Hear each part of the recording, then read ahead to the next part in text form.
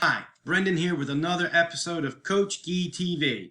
Well, it's here. The day has finally come. It's election day. It seems as though it's been going on forever, but finally it's here, and I hope you get out and you exercise your right to vote and have a say in who's going to be the next president. Well, again, here's what we do know.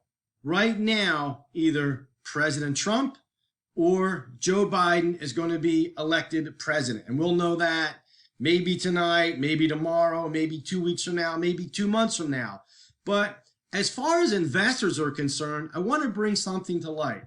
The market has already factored into its prices the market, the results of the election, if you will. Well, here's what I mean by that. The market reflects everything that's knowable, everything that's predictable. So market prices and the level of the market reflects everything that's knowable and everything that is predictable. What's knowable right now is either Donald Trump or Joe Biden will be the next president.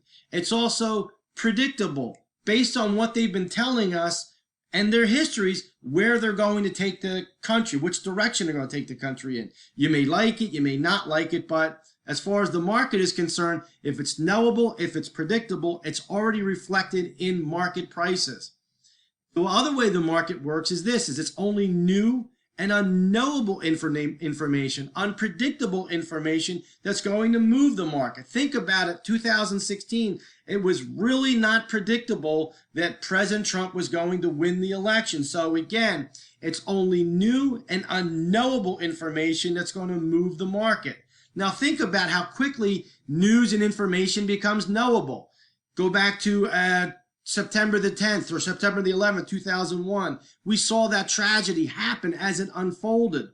Now, the thing that investors need to stay away from right now is making changes to their portfolio based upon where they think the country's going to go, where they think the market's going to go, based upon who gets elected, where the market's going to be 2 weeks from now, 2 months from now, 2 years from now, 20 years from now. If they're engaged in that type of behavior, they're actually engaged in gambling and speculating. And gambling and speculating is always destructive as far as investments and your American dream is concerned. So again, from an investment point of view, relax. The market has already factored in the results of the election.